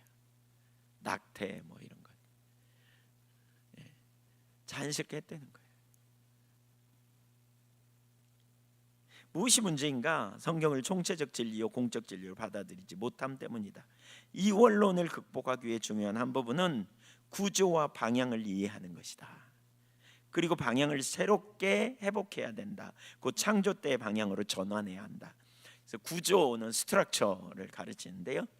1번 구조가 뭐냐? 구조 읽어봅니다. 하나님이 창조하신 모든 것에 부여된 본래 설계이며 변하지 않는 선한 질서이다. 그러니까 창조할 때 하나님이 주신 본래 질서가 있어요. 본래 창조하신 모든 게 다 좋았다니까요. 모든 게 다 좋았어요. 예. 알버트 월터스의 정의. 그러니까 이 부분은 이제 알버트 월터스가 쓴 책에 이제 이 구조와 방향에 대해서 얘기하거든요. 그걸 인용했어요. 읽어볼까요? 구조란 사물의 불변적 창조 질서이며 그것을 가능하게 하는 하나님의 창조 명령이다. 구조는 하나님이 처음부터 좋다고 선언하신 창조의 본질이다. 구조는 타락 이후에도 없어지지 않는다. 창조의 선함은 유지되고 다만 사용의 방향이 문제일 뿐이다. 선으로 쓰느냐 악으로 쓰느냐, 선하게 쓰느냐 악하게 쓰느냐. 무슨 의미인지 아시겠죠? 2번 하나님은 우주 전체를 선한 질서로 창조하셨다. 그러니까 단지 물리적 세계만 만드신 것이 아니라 문화, 예술, 과학, 경제, 정치, 감정, 지성, 상상력, 인간의 모든 삶의 영역에 선한 목적과 기능을 부여하셨다. 음악, 과학, 예술, 돈, 정치, 언어, 사고 능력, 성, 감정 등은 원래 다 선한 창조물. 원래 선한 창조물. 이거 다 선한 창조물입니다. 하나님께서. 3번 구조에 하나님이 주신 본래 질서가 있는 것들, 자연 법칙, 물리, 화학, 생물. 하루는 24시간, 씨를 뿌린 것은 자란다. 물은 위에서 아래로 흐른다. 꽃은 피고 진다. 이것은 하나님이 세상에 새겨놓으신 변하지 않는 창조 질서, 구조다. B번 인간의 사고, 상상력, 지성, 논리적으로 생각할 수 있는 능력, 언어를 만들고 사용할 수 있는 능력, 상상하고 창조하는 능력. 이것은 원래 하나님이 형상대로 만든 창조적 구조다. 원래 하나님이 만드신 창조적 구조예요. 하나님의 형상대로 만든 창조적 구조. 창조적 구조. 10번 가정과 사회 봉사 읽어보죠. 시작. 부모가 자녀를 양육, 부부의 연합, 공동체로 살도록 되어 있음. 가정과 사회 구조는 선한 창조 목적에서 출발. 네. 가정과 사회 질서는 원래 선한 창조 목적. 문화예술. 그 다음에 5번째 정치 경제 시스템. 질서를 유지하고 공동체를 돌보는 기능, 생산하고 교환하며 서로 돕는 경제활동. 하나님이 창조 때 인간에게 맡기신 다스림의 구조, 문화명령의 일부이죠. 문화명령의 일부의 핵심 요약 하면 구조란 하나님이 처음 창조하신 선한 본질이고요, 세상을 유지시키는 하나님이 세우신 질서와 법칙이고요, 모든 영역, 자연, 문화, 사회, 예술, 학문 등에 존재하는 변하지 않는 설계도, 타락 이후에도 없어지지 않는 선한 창조물. 이게 구조이죠. 구조. 그러니까 구조는 잘못된 게 아니에요. 문제는 뭐냐면 인간의 타락으로 인한 방향의 문제예요. 방향. 그러니까 잘못 사용한 거죠. 어떤 방향으로 썼느냐요. 그러니까 하나님 중심적인 삶에 있어서 하나님의 영광을 위한 삶을 살면서 우리가 하나님 중심적으로 사용하느냐 아니면 자기 중심적으로 쓰느냐, 하나님 없는 삶으로 쓰느냐, 그렇게 되면서 결과가 나쁘게 나오는 거죠. 하나님이 창조하신 것은 모두 선하지만 타락한 인간은 선한 구조를 잘못된 방향으로 활용하게 되면서 문제가 생긴다. 알터스 월터스 읽어볼까요? 시작. 방향이란 죄로 인해 구조적 규례에서 벗어나는 것, 혹은 그리스도 안에서 그 규례에 다시 순종하는 것이다. 다른 말로 하면 방향은 하나님이 창조하신 선한 구조들을 누구를 위해, 어떤 동기와 목적을 위해 사용하는가에 대한 문제다. 즉 하나님을 위한 것인가 아니면 우상, 자기중심성을 위한 것인가. 이제 그 예로 창세기 4장이 이걸 잘 보여줘요. 그러니까 아담의 타락 이후에 에덴에서 쫓겨났잖아요. 에덴 동산에서 아담과 하와가. 근데 하나님이 주신 구조는 여전히 존재했단 말이에요. 가정. 그러니까 그들이 결혼했고 두 아들을 낳았고 타락 전에 생육하고 번성하라고 문야 명령을 이루는 것이었어요. 그런데 그 가정에 문제가 생겨요. 왜? 잘못된 방향으로 그 구조를 활용해요. 잘못된 방향이 나오게 되는 거죠. 그러면서 여기 보세요. 1번 가정 선한 구조, 질투와 선한 구조인데 질투와 살인의 방향을 잘못 간 거죠. 구조, 창조 때 주신 제도예요. 읽어볼까요? 가정은 하나님이 창조하신 최초의 선한 공동체이다. 사랑, 돌봄, 생육, 번성, 협력이라는 선한 목적을 가진 구조. 네, 선한 목적을 가진 구조. 사랑, 돌봄, 생육, 번성, 협력. 선한 목적을 가진 구조예요.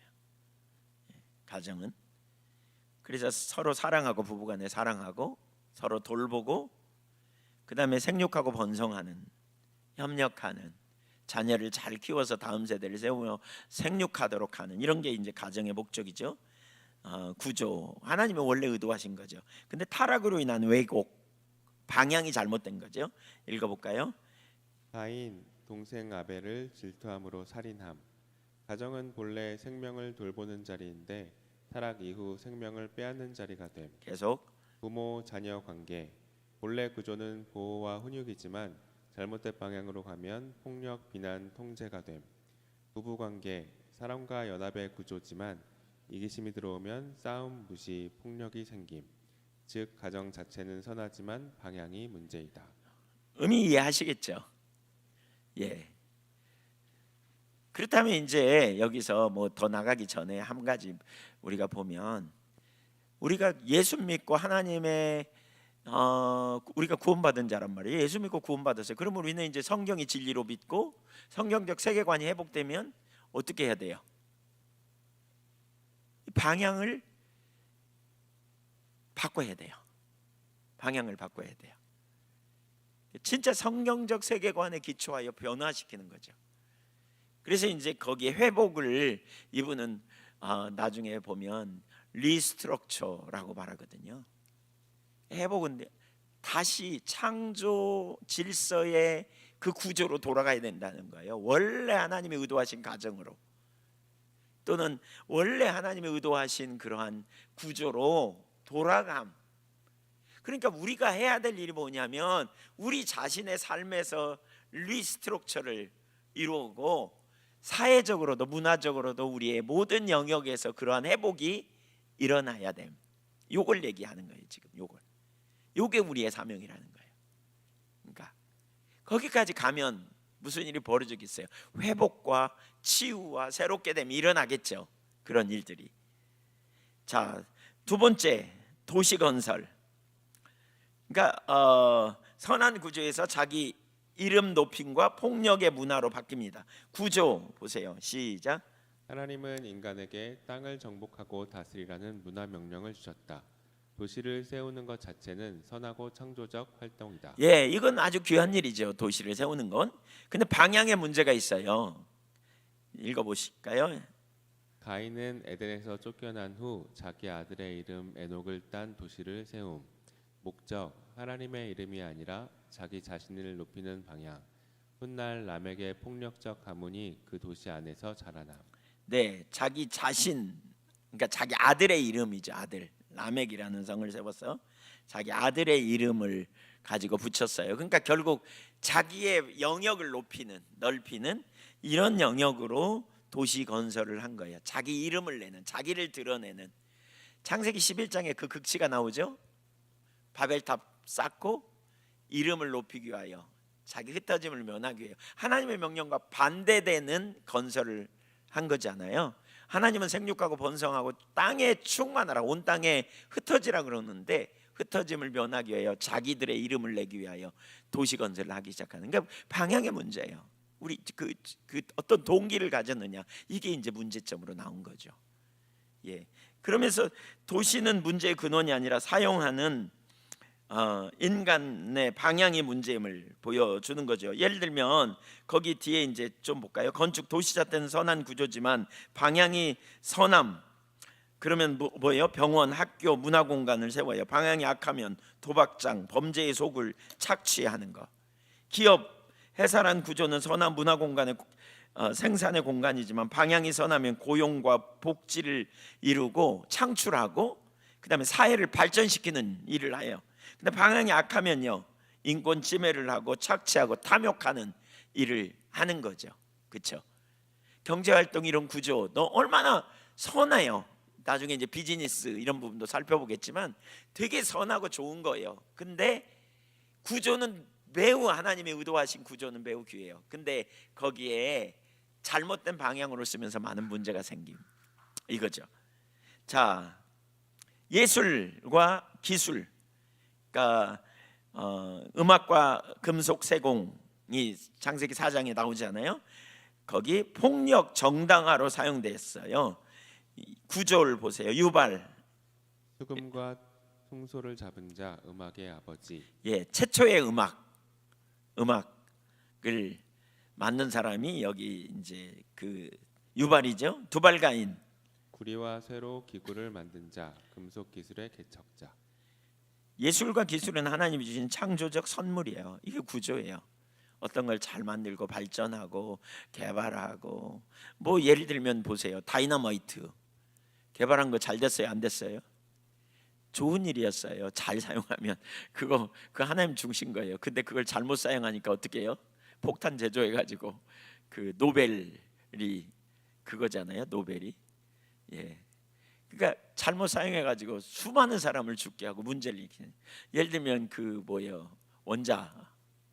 원자력 발전소로 하면 많은 사람이 유익이 되지만 그걸 폭탄을 만들어 갖고 쏘면 수많은 사람이 죽는 이런 영역들, 인간의 타락으로 인한 잘못된 영향력이죠. 그 예술과 기술 방향의 타락 읽어볼까요? 시작.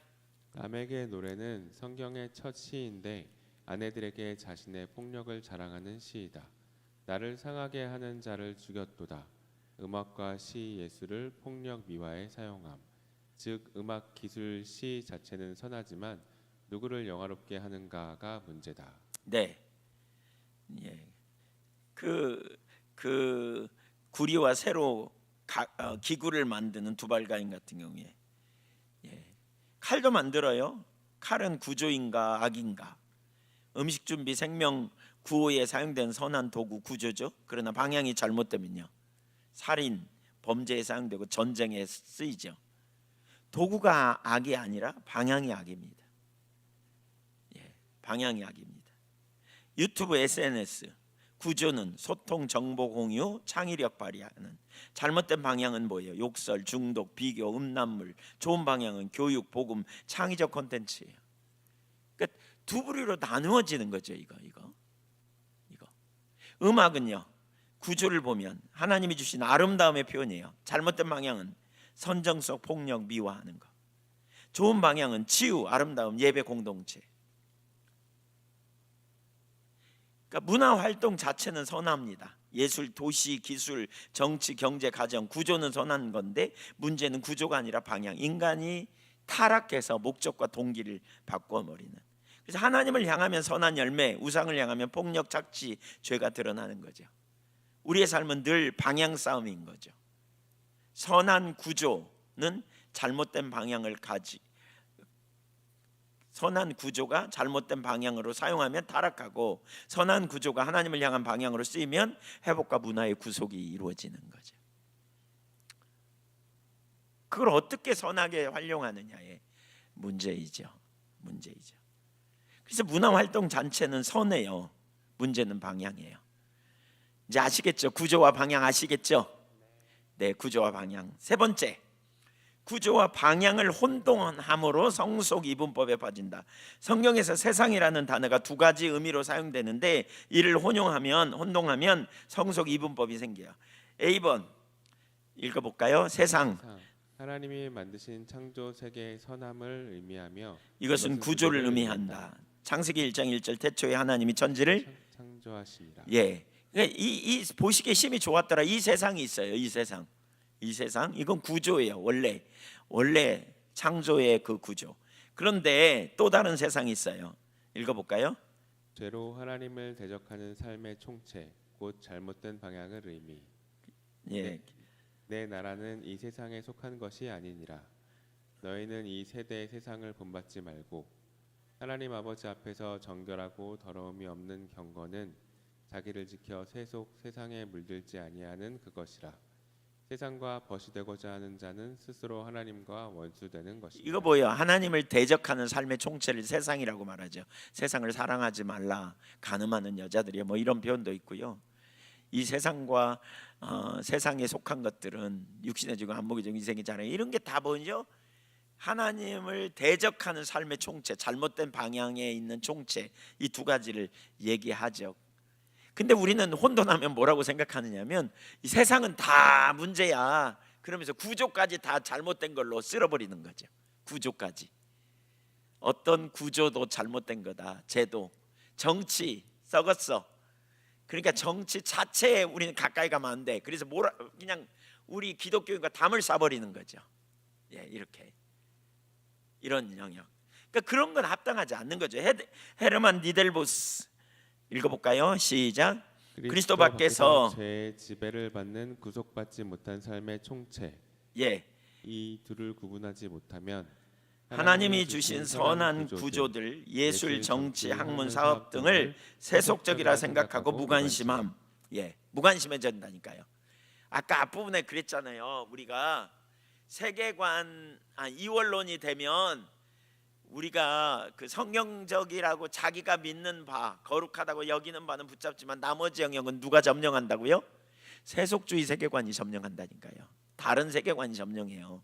그리고 빼앗겨 버려요. 우리 그리스도인들이 이렇게 살아왔어요. 수많은 오랫동안 이원론에 빠져가지고. 그래서 기독교가 그동안 세상에 너무 많은 것을 잃어버린 거죠. 하나님이 주신 놀라운 너무 많은 것을. 그러니까 사적 영역으로 밀려나고 전혀 힘을 발휘할 수 없는 영역으로 밀려난 거예요. 그걸 다시 되찾자는 거예요. 아자, 예, 할렐루야, 화이팅. 그걸 다시 되찾자는 거예요. 그걸 다시 지금 그게 우리가 해야 될 영적 싸움이라는 거죠. 자, 보세요. 내 나라는 이 세상에 속한 것이 아니니라는 말씀을 잘못 해석하며 정치에 무관심해야 한다고 주장한 사람들이 있다. 이 말씀은 예수님이 왕권이 땅으로부터 나온 것이 아니라 하늘로부터 유래했다는 뜻인데 잘못 해석해서 교회만 거룩한 영역으로 나머지는 속된 영역이라 구분하는 잘못된 이분법이 생기니까 정치의 영역을 놓아버린 거예요. 구조와 방향을 혼돈하면 하나님께서 창조하신 선한 것들 중 일부를 속된 것으로 여기게 되고 문제의 근원을 인간의 타락에 두지 않고 하나님의 창조에 두게 된다. 그렇게 되면 하나님의 창조가 선한 것이 아니고 하나님도 선하지 않게 된다.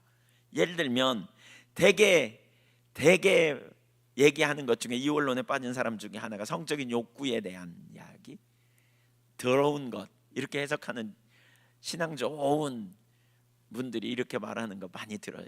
더러운 것. 근데 사실 그 구조 자체가 문제가 아니에요. 이건 정상이에요. 그걸 잘못 쓰니까 더러운 게 되는 거죠. 돈을 사랑함이 일만하게 뿌리지, 돈은 경제적인 영역을 위해서 하나님이 우리에게 주신 좋은 구조죠. 돈 버는 거 이런 거, 돈 어떻게 쓰느냐의 문제지. 근데 이런 거를 몽땅 그 일에 있는 거를 몽땅 세속적인 영역으로 몰아가고 타락한 것으로 보는 건 잘못된 사고인 거죠. 잘못된 사고. 모든 창조 영역이 구조로서의 선하다. 이걸 우리가 기억해야 될 필요가 있어요. 구조로 선하다. 각 영역은 하나님을 향할 수도 있어요. 예, 거룩하게 되는 거죠. 반면에 우상을 향할 수도 있어요. 그러면 세속적이 되는 거예요. 세속성은 영역 자체가 아니라 방향에 달려 있다. 이걸 기억해야 돼요. 이걸 기억해야 돼요. 근데 우리가 그런 어떤 영역을 우리가 놓아버리지 않도록 해야 된다.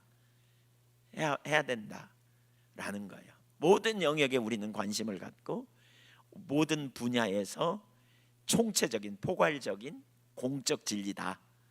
그래서 하나님의 말씀이 성경적 세계관이 뭘 의도하고 있는지를 우리가 잘 이해해야 된다는 거죠.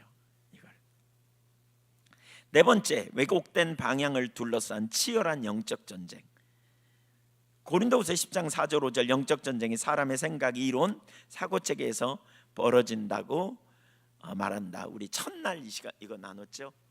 예, 모든 이론 하나님 아는 것을 대적하여 높아진 것, 모든 생각을 쳐서 복종시키는 그리스도께. 왜? 여기에 저기 뭐지? 영적 전쟁이니까. 월터스 얘기를 읽어볼까요? 시작. 오늘날 모든 영역, 가정, 성, 감정, 사고, 정치, 예술, 일 등에서 창조 구조를 장악하려는 영적 전쟁이 일어난다. 여기서 영적이란 모든 문화와 사상 뒤에 있는 궁극적 신념을 뜻함. 모든 영역이 구조, 하나님이 설계하신 선함과 방향, 죄 또는 은혜 사이의 전쟁터다. 그러니까 그 구조 자체를 잘못됐다고 본다면 그걸 깨뜨려야 되는 거죠. 여러분, 우리가 어떤 분들은 그러거든요. 쉼, 여행, 또 좀 여유를 가지는 여가를 즐기는 것에 죄책감을 느껴요. 그걸 잘못 사용해서 방종으로 가지만 그것도 좋은 구조이잖아요. 구조. 예, 그렇죠. 그러니까 하나님이 주신 것들을 우리가 잘 활용함이죠. 활용함. 어떤 분들은 병원에 가면 믿음 없다고 생각해요. 그거 아니에요. 그것도 한쪽 극단이에요. 그렇죠. 그러니까 하나님이 우리가 몸이 아플 때 병원에 가도록 하시는 것도 뭐예요? 하나님이 주신 선한 가치예요. 그렇게 하는 거예요. 그렇게. 그리고 이 땅에서 그걸 우리가 충분히 누리는 걸 원하겠어요? 하나님이 빨리 병 걸려가지고 고통 되게 당하다가 얼른 죽는 걸 원하겠어요? 그러니까 우리가 이 어떤 영역을 자꾸 이렇게 우리 머릿속에서 이렇게 극단으로 가려는 이런 거를 깨야 돼요. 구조의 문제는 선하다. 근데 자꾸 우리는 뭐 하느냐? 그렇게 하면 잘못된 것처럼 이야기하는. 근데 그게 아닌 거죠. 그게 아닌 거죠. 우리가 이런 영역을 잘 기억해야 되는 거죠. 영적 전쟁이 치열한 영적 전쟁이 이런 영역이. 5번 회복. 그 구조를 본래 하나님이 의도하신 방향으로 되돌리는 것. 그러니까 회복은 결국 그 구조를 하나님이 원하는 방향으로 회복하는 거예요. 예, 가정 안에서의 회복, 내 안에서 내가 어떤 영역을 쓸 때 어떤 태도와 자세로 취하는지. 예를 들면 관계 안에서도 이기적이잖아요. 우리는 그래서 항상 인정받기 원하고 내가 잘했다고 내 중심으로 하고 우리가 그런 상태로 많이 가죠. 근데 성경은 뭐라 그러죠? 너부터 봐라 그러잖아요. 너부터 봐라. 우리 자신을 돌아보고 우리 자신을 돌아보며 전환하고, 그리고 정말 우리가 어떤 관계성 안에서 어떻게 풀어가야 될지 이런 부분도 우리가 돌아보고, 경제적인 문제는 내가 어떻게 대하고 있는지, 자녀들을 어떻게 대하고 부모님들을 어떤 자세로 대하고 있는지, 성경적 세계관의 기초에서 어떻게 보고 있는지를 우리가 잘 실제적으로 하나하나 보는, 대하는, 진짜 우리가 신실한 그리스도인으로서 사는 것은 잘못된 세계관이 우리 머릿속에 있으면서도 아무렇지도 않게 살아가는 것은 절대 합당하지 않죠. 에베소서 2장 1절에 뭐라 그랬어요? 허물과 죄로 죽었던 너희를 살렸도다 그러면서 2절에 그때 너희가 세상 풍속을 쫓고 공중의 권세 잡은 자를 뒤따랐다 그랬어요. 세상 풍속이 뭐예요? 시대 정신이라고 그렇게 말해요. 그 시대의 정신, 이게 뭐예요? 그 시대의 세계관이에요. 시대 정신 뒤에 세계관을 얘기하는 거예요. 그 시대 정신을 살아가는 그 뒤에 그걸 누가 붙잡고 있다고요? 공중의 권세 잡은 놈이 누구예요? 공중의 권세 잡은 분인가요? 놈이에요. 예, 불순종의 아들들 가운데 역사하는 놈. 이건 확실하죠? 놈이 누구예요? 악한 영이죠. 악한 영. 마귀 뒤에 줄 서. 그러니까 영적 싸움에서 우리가 정결하게 되는 거 여러분 되게 중요해요. 되게 중요해요. 파리가 자꾸 와서 여기 앉아요. 음식을 차렸는데 파리가 오면, 아니 여러분의 삶에 막 파리가 자꾸 와. 여기도 안 앉고 여기도 안 앉고 여기 와. 그러면 뭐가 문제가 있어요? 여기에 뭐가 문제가 있는 거예요. 그렇죠? 그 영역을 통해 계속 뚫어. 계속. 여러분의 세계관에 어떤 영역에 열려진 영역이 있어. 세속주의적인 영역을 열어놨어. 거기에 믿으면서 나는 그거 아무것도 아니야, 난 그래, 이렇게 살아가면서 예수 이름으로 가라 그랬더니 씩 갔다가 다시 또 와. 여기지. 어떻게 해야 돼요? 이거 닦아버려야 돼요. 그러니까 우리의 삶에 여러분 진리가 너희를 자유케 하려 그랬어요. 뭐가 진리예요? 말씀이 진리예요. 우리 삶의 가치관을 바꾸고 진짜 삶의 영역에 근본적으로 전환하려고 애를 쓰고 이렇게 자꾸 가셔야 돼요. 세계관은 영적 싸움이에요, 사실. 심각한. 그래서 타락으로 왜곡된 방향을 전환하여 하나님의 의도하신 방향으로 구조를 전환함. 모든 영역에, 여기 비즈니스 예를 들어요. 비즈니스 구조 선해요. 오늘 그냥 여기 양이 많아서 부지런히 왔는데 거의 끝나겠네요. 조금 여유가 생기네 이제. 구조 선함 읽어볼까요? 시작. 하나님은 거래, 경제활동, 생산, 판매가 선한 일이라고 하셨다. 정직한 저울, 공정한 거래는 하나님의 뜻. 잠언 31장의 현숙한 여인은 사업을 통해 하나님을 경외하는 삶을 산 사람. 잠언 31장에 거기 보면 이제 뭐 그런 이야기가 쭉 나오는데 사업은 참 귀한 거죠. 사업은 근데 잘못된 방향으로 쓰면 어떻게 되는지 보세요. 시작. 탐욕, 불의, 착취, 불공정 거래, 선지자들이 꾸짖음. 계시록 18장 2절에서 18절. 바벨론 경제 시스템은 사치, 부정, 착취, 노예화를 드러낸다. 아주 심각해요. 되게 잘못된 이런 경향으로 갑니다. 매우 심각함 이런 경향으로 가요. 10번 회복 읽어볼까요? 시작. 사업은 근본적으로 선하다. 사업이란 삶에서 필요한 것을 교환하는 수단이므로 건강한 사업의 가장 중요한 동기는 이웃을 사랑으로 섬기는 것이다. 그리스도인은 정직, 공정, 섬김의 정신으로 비즈니스의 원래 의도를 실현함으로 왜곡된 구조를 회복하도록 부름받았다. 그러니까 하나님의 길이 뭔지, 성경적 세계관으로 내가 어떻게 살아야 되는지 이걸 회복하는 거예요. 인본주의적인 인간적인 이런 부분 내리고 하나님의 길을 따라서 우리가 가는 거예요. 그게 삶을 통해서 하나님을 존중히 여기는 삶이에요, 사실. 여러분 있잖아요. 여러분이 예를 들면 어떤 일의 전문가예요. 보기만 해도 뭐가 잘못됐는지 안 잘못됐는지 알아요. 근데 여러분 앞에서 누가 그 일을 하면서 막 잘못해. 그럼 얼마나 답답통 터지겠어요. 하나님은 우주 만물을 창조하신 분이고 우리 전문가예요. 근데 우리가 어떻게 살아야 되는지 너무나 잘 아시잖아요. 알고도 안 해. 이게 심각한 거죠. 그러니까 그런 영역에서 우리가 진짜 고민하고 주님의 앞에 삶을 조정하고, 제가 어제도 그런 표현을 좀 했잖아요. 지금 하는 일이나 삶의 현장에서 어떤 일 같은 거 이렇게 우리가 힘들 때 조정할 필요가 있다. 사실 하나님 신뢰하면서 우리 삶 전부를 걸고요, 주님이 원하시는 뜻이라면 걸고 가볼 필요가 있어요. 가야 돼요. 근데 세계관의 변화를 따라서 우리가 불신앙에 있지 않고 믿음으로 반응하고 정말 하나님이 기뻐하신다면 전부를 걸고 나아가는, 그럴 때 우리가 하나님을 경험으로 알 수 있게 되죠. 그 자리에 가야 돼요. 좋은 사업가가 많이 나와야 돼요. 경제적으로 많은 일자리가 창출되고 많은 사람이 그렇죠?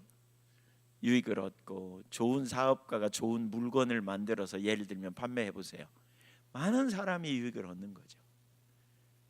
욕심에 탐욕에 눈 멀어 가지고 사람 속이고 먹어서는 안 될 것 막 섞고 이렇게 해보세요. 심각한 거죠.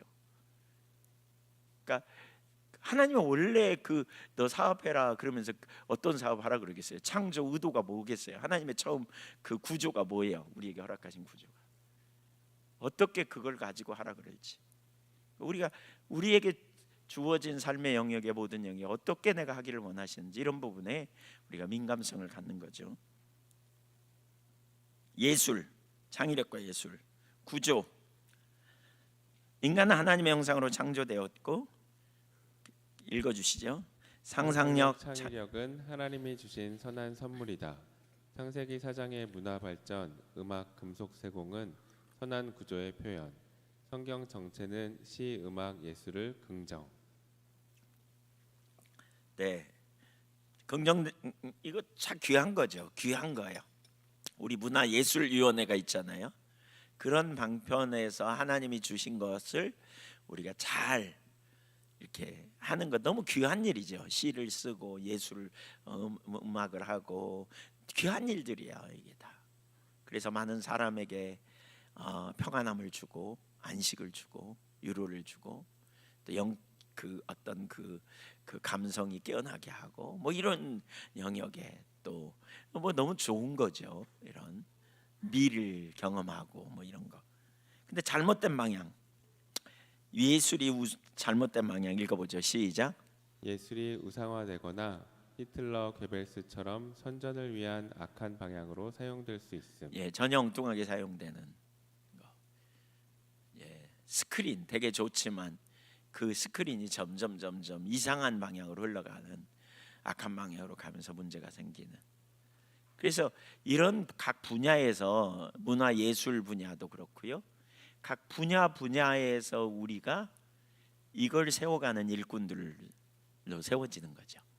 각 분야에서 여러분이 있는 직업 현장에서 삶의 현장에서 가정에서뿐만 아니라 개인의 삶뿐만이 아니라 공동체 속에서 직장에서 하나님이 기뻐하시는 삶이 뭘지를 정말 점검해보고 성경적 세계관에 기초해서 어떻게 사는 것이 올바른지 그 하나하나가 너무너무 소중한 거죠. 집에서 아이를 돌보는 것도 성경적 세계관에 기초해서 우리가 아이들을 어떻게 키우고 어떻게 돌보는지 이런 영역들 너무너무 소중한 거죠. 자, 회복은 뭐예요? 시작. 예술은 세상을 새롭게 보게 하고 상상력을 키우고 인간성을 풍성하게 한다. 그러므로 예술가와 창작자도 하나님의 의도하신 선한 목적과 아름다움을 위해 예술을 회복해야 한다. 예술 회복하는 거. 최종 정리 보세요. 구조 방향 회복. 이게 핵심인데 구조 읽어볼까요? 다 같이 큰 소리로 시작. 하나님이 창조하신 선한 본질, 질서, 법칙, 창조 세계는 모두 선하다. 네, 이 부분에 회복이 필요한 분, 이 부분에 생각이 좀 고쳐져야 하는 영역이 있는 것 같다. 그러면 혹시 손 들어보세요. 네, 내가 구조에 대하여 잘못 생각한 영역이 있는 것 같다. 이런 거. 뭐 그런 부분도 우리 가운데 많이 있을 수 있어요. 예를 들면요, 여러분 이런 거 있죠. 왜 우리 엄마 아빠가 대판 싸우는 걸 보니까 난 결혼 안 해야지. 예. 싸우는 것의 문제지 결혼 그 자체가 훌륭한 구조죠. 하나님이 주신. 근데 우리가 그렇게 생각된단 말이에요. 어떤 영역의 반작용으로 있는. 근데 그런 영역이 있다면 뜯어 고쳐야 된다는 거죠. 리스트럭처. 그렇죠? 예. 다시 회복하는 이 영역으로. 그런 영역을 우리가 조정해야 돼요. 바꿔야 돼요.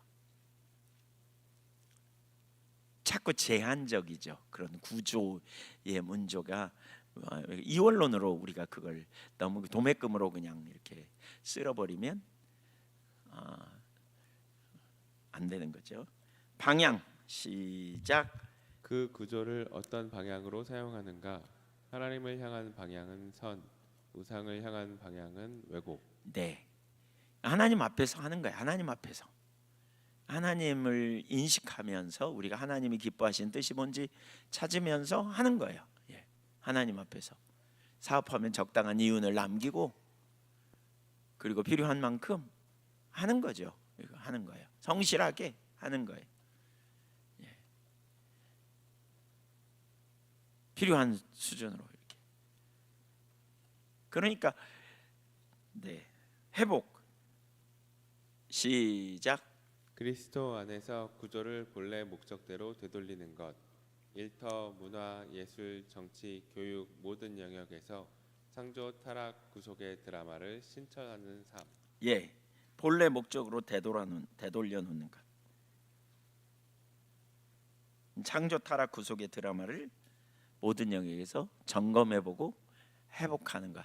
사실 제가 조금 시간 있으면 이 부분을 더 구체적으로 좀 예를 더 들어볼까 그랬었는데, 네, 무슨 얘기인지는 아시겠죠? 이제 어떻게 조정이 되고 어떻게 해야 하는지.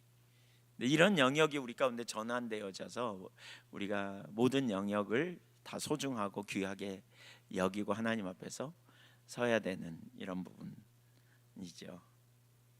이런 회복이 많이 일어나면, 곳곳에서 회복이 일어나면 우리는 그리스도인 하나님의 사람으로 변화되고 그런 공동체 가정이 되고 공동체가 되고 나아가 세상을 변화시키는 일로 하나님의 우리를 쓰시겠죠.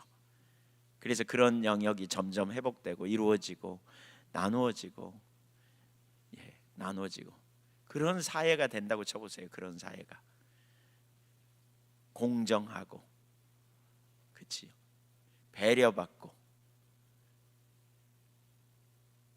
정의가 실현되고 하나님의 나라가 이루어지는 이런 일이 일어나겠죠. 그러니까 그 일에 우리가 기독교인이 사명이 있다. 그런 일에 부르심을 받은 자다라는 거예요. 그런 영역에. 네. 이제 그런 소명으로 우리가 가져야 돼요. 소명으로. 데로 밀러가 그런 표현을 하죠. 성문을 점검하라, 그러니까 점령하라, 이런 표현을 하거든요. 성문을 점령해야 된다 우리가. 그러니까 정치, 경제, 언론, 문화, 이런 어떤 그 인간관계 이런 부분에 성문을 점령해야 된다.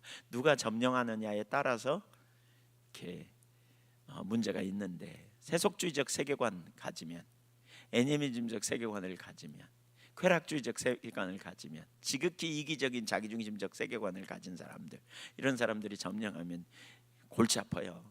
정치도 그러잖아요. 누가 정말 권력을 잡느냐가 진짜 중요하잖아요. 방향을 끌고 가니까. 그러니까 우리가 이제 그런 영역에서의 하나님의 길이 회복되고 또 세워지도록 우리가 힘쓰고 애씀이 정말 많이 필요하다라는 거죠. 이게 이제 우리의 사명이